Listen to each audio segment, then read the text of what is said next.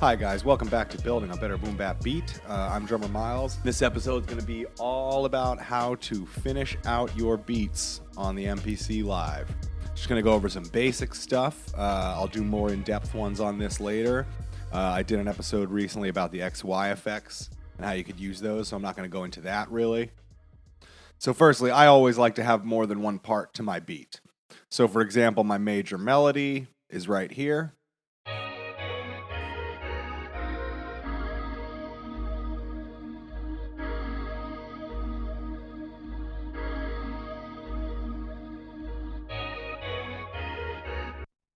And then I've got a B part here where the melody's going here, like so.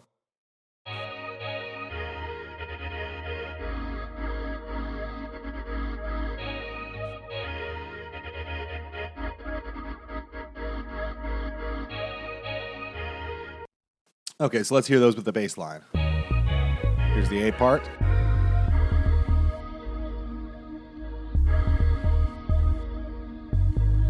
And up next, the B part.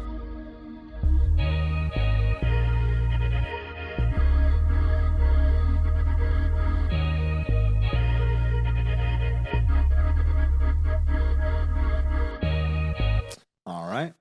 Now let me play the two parts with their drums. Let's start with the B part this time.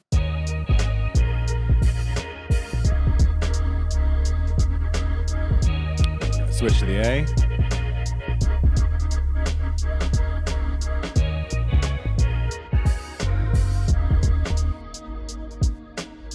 Nice little funky groove.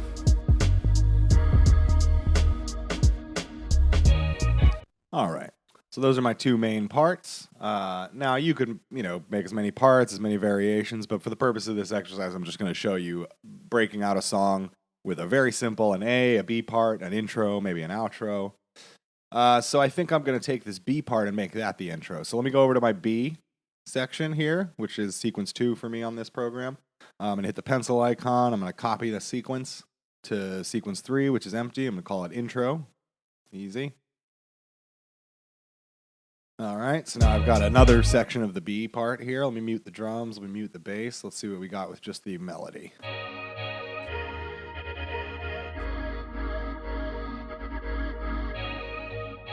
right, I think I already know what I want to do. I'm going to have it basically run like this.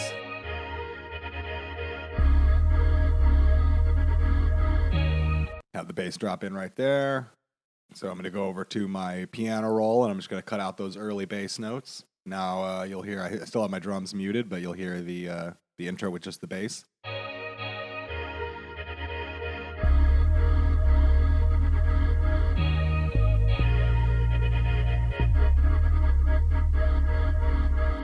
All right, now let me see the drums here. Just listening for what I want to do with them.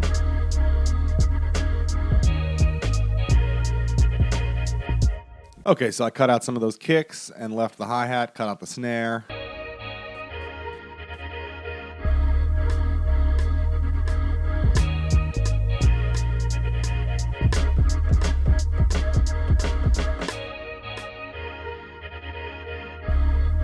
right, so that should work. So that'll be our intro, and here it goes into part A.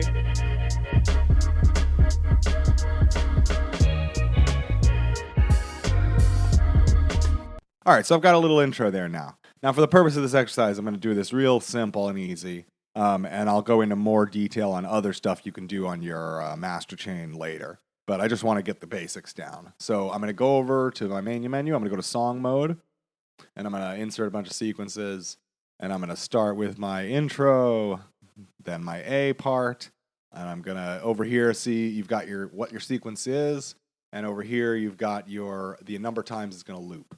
So, and the number of bars will also show in the BPM. But I'm going to go to the number of times it's going to loop. So I've got my A. I'm going to switch that to 4, making it 16-bar verse. I'm going to go to B, make that 2, make it an 8-bar chorus. Pretty simple. Make it the simplest structure of a song imaginable. Go to B, make it, let's make that last B a 4, and then we can fade out on it. Delete that leftover one. All right, so you see we've got one intro, we've got 4 of A, we got 2 of B, we got 4 of A, and then we've got 4 of B, like end it with a double chorus, fade out, whatever. So I'm going to convert that to a sequence. Now, I usually use sequence 10 for my finished songs just because that gives me enough space to keep doing more sequences at the beginning, and it's a nice round number to always remember. So, do it however you want, but I always put my song mix down. I start with putting it on sequence 10. So I'm going to put it to 10, do it. Now we go over to sequence 10. We've got a full song, 60 bars, right? Very basic. There's no fades. There's nothing like that. There's no changes whatsoever in the loops at the moment. But we've got a little song, right?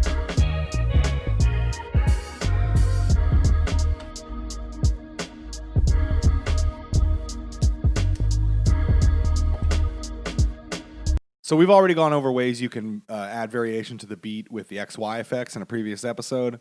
So I'm going to stay away from those for this one, even though that's a really great way to add some variation to the track all throughout. But you can also come into your piano roll and adjust it that way. So let's see. I'm going to go over to I've got my intro here. Then I got my first verse.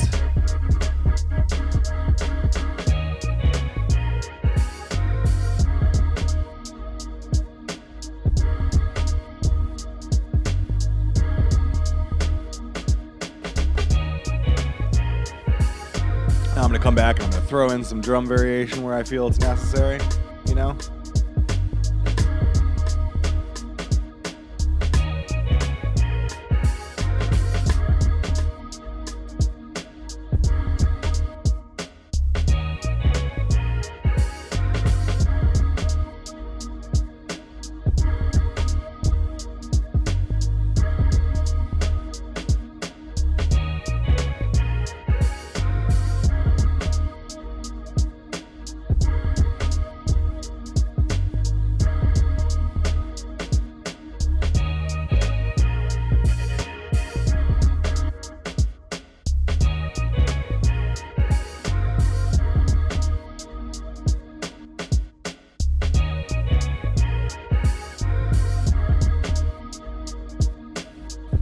Drops here and there where they feel appropriate, you know. Now we're in the chorus.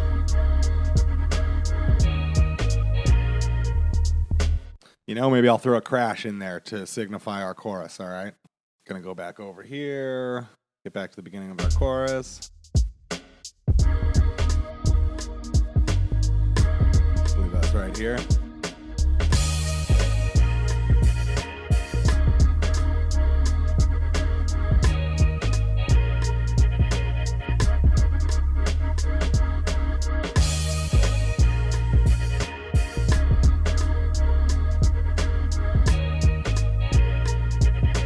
Double here.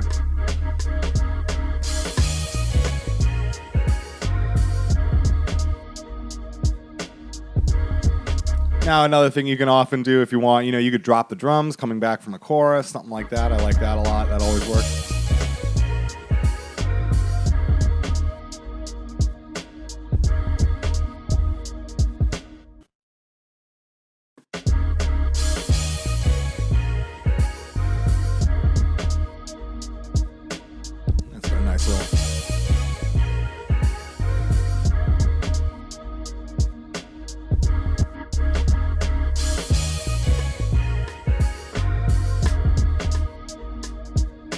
All right, so we've got our little chorus variation in there. We've got a little variation in that first verse. We've got a little drop here going into the second verse.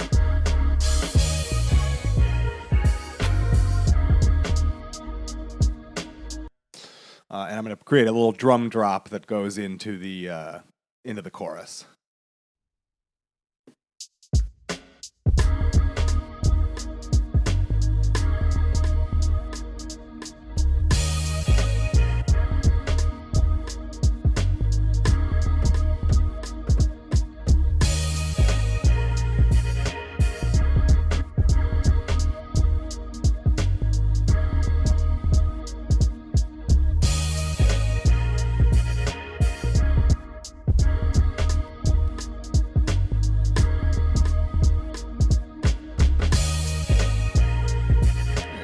All right, so we got a nice little drum break in there. We got our crashes in the chorus.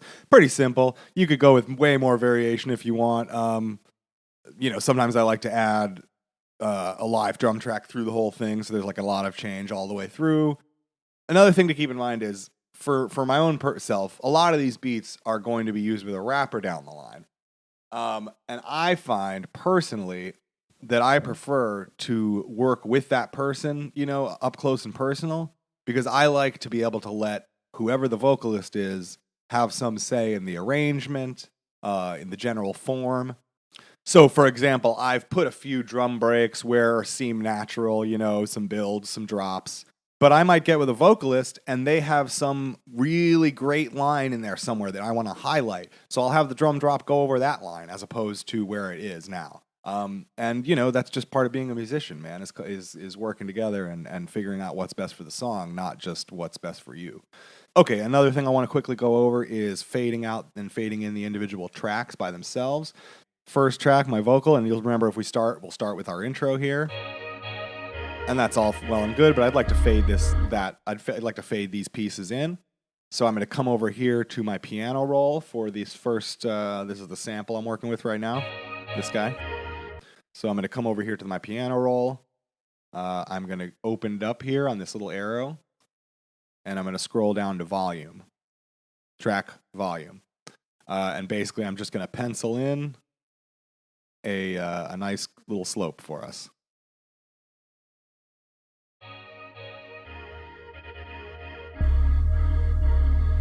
Now you hear how that's fading in.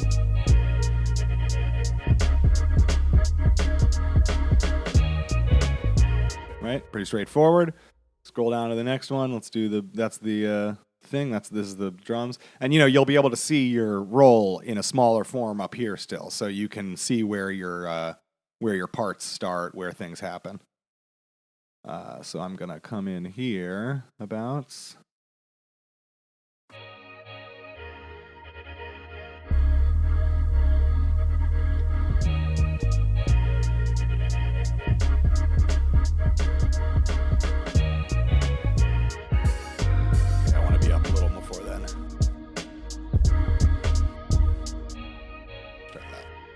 Okay, I want to be up a little before then, so let's try that.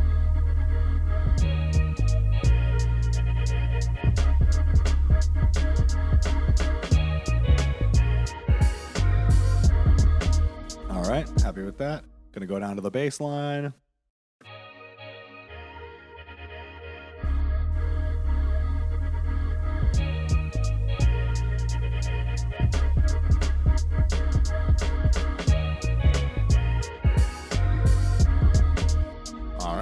Works for me. So now I'm going to scroll all the way to the end of this. And we're going to do the same thing. Just fade us out. Let me see where we're at, where our chorus starts. Okay, that's chorus. Okay, our chorus starts at 45. We'll start at fading out around here.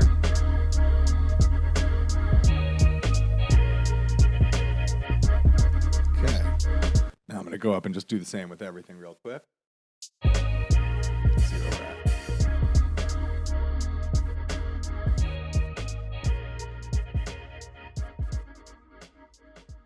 Sometimes the MPC does this thing where if you have drums continuing or something like that, continuing after the fade, it's like once the track ends, the fade cuts out and the volume goes back to normal. And you'll hear that. So I like to cut off the last little remnants of whatever I've got just to be safe, You could always do this in whatever program. I'll often, final master stuff in Logic. But, do this however you want to do this. So let me hear the drums here. I'm going to cut out where it really fades. Let's see. Cut the drums a little earlier.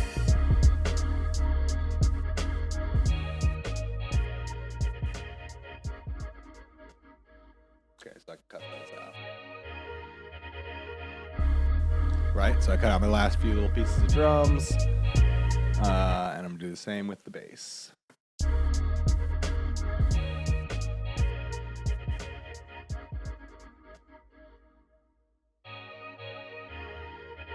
Cool, cut out those last few notes.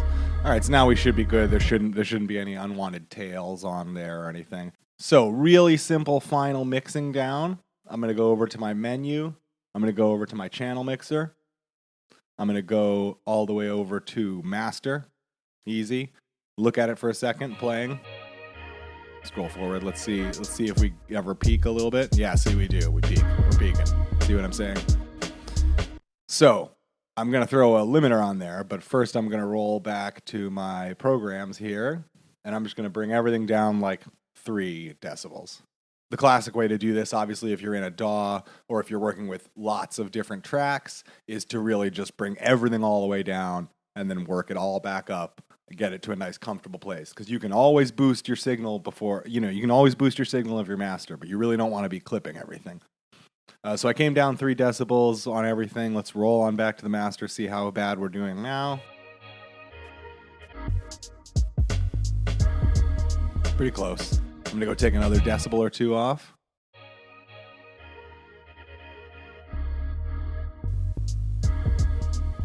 Now we're talking. And now I'm going to throw a limiter, which for whatever reason in the MPC is called a maximizer. But that's what it is. It's a limiter. So hit select the maximizer. Let's open that up. Let's see how we're looking. Now there's some presets here you can use as a jumping off point. The one I really think is the most decent, depending on how you're doing stuff, is the light mastering. I mean, if you throw the light master on there and then start messing with your settings to try to get it where you want it, it's a pretty good jumping off point. So I'll go to the light master, and you can watch right here. If you watch the reduction there, you'll see how bad of a peak problem you may or may not have.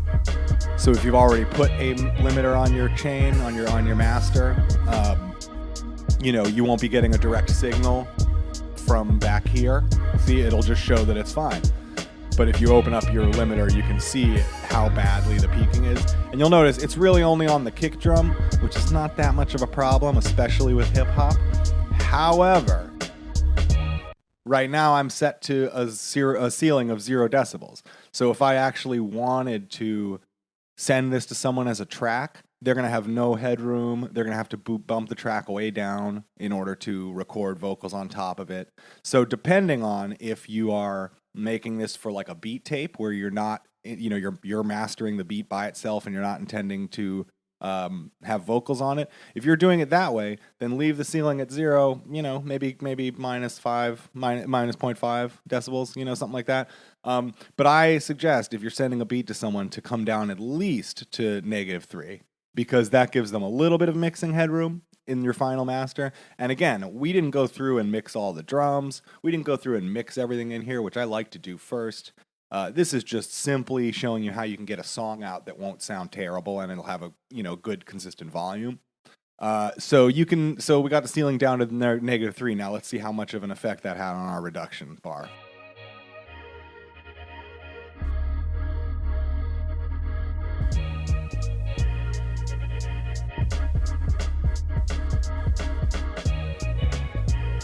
Now look, see if you see, we're still pretty much only on the kick. So I'm not that worried about it. You could go back and bring everything down another decibel. You can do whatever you want to, but I'm not that stressed about it. It's really only hitting on the kick, which honestly, depending on how you like to do your hip hop production, like if you're doing kind of a boom bap thing, if the only thing that's being caught by the limiter is your kick, then it actually will enhance the high mid range of your kick a little bit by having it clip a little bit. So it's up to you, you can do that with your bass too, but if you want a really intense bass sound. It's not the worst thing in the world. If it's just the kick, I wouldn't stress it, especially if you want it to have a lot of bump.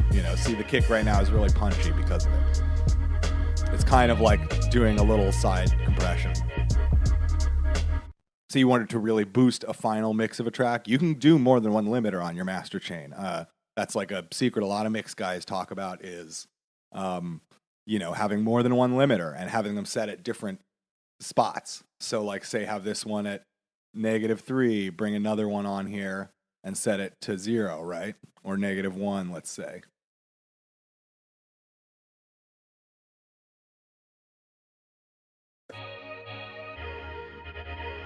I'll play it and I'll cut it off and on. You can hear it kind of boosts a little more.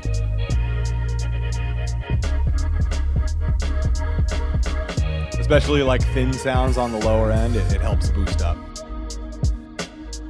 See him cut it off. See how it's a little thinner? Now another one. It's a big difference. Big difference in the sound of it. So yeah, look into that, play around with that. But anyway, now you've got this. You see you're not clipping anywhere, At worst, it's putting like a brick wall there. And I'm going to go over to menu. Now, we've got this one long sequence that we've made the changes to. So to export that, you can export in certain ways through the pencil icon. You can bounce down. You can explode it if you want to. You can explode each program. So you can explode your drums if you want to. I usually do most of my mixing here. I mean, the effects stuff that they've given you is, to me, more than enough to mix your drums in the initial phase. And then if you want to, what I'll often do is, especially if I'm doing a beat tape of all songs, I'll bring those all into Logic in one project and master them all together with the same master chain. Because they'll help kind of glue all your tracks together, and it'll help put everything in, you can follow and monitor and keep everything in the same decibel range. But do you, boo.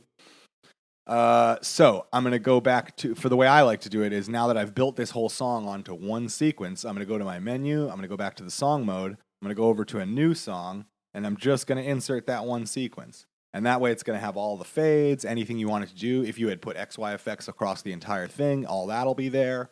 Anything you did to it, any automation you did, everything. It'll all go in, and that way you can do it across the whole length of the song. So I've got that there, going to export. You can do however you want, but the best quality option is in the MPC is probably the wave at 24 bits and 44.1 kilohertz. That's probably the best audio option, like quality-wise, for the MPC. But if you're just sending ideas back and forth, then there's really no need to do a wave, and I would just do an MP3 at 128. Ba-bam. It'll email a lot easier.